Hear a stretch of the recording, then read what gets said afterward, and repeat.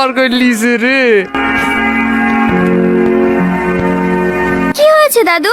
কি আবার হবে, শালার গাড়ি থেকে সব পেট্রোল বার করে লিছে।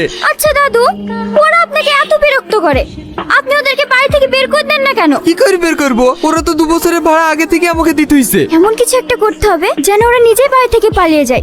মানে এখানে আসেন।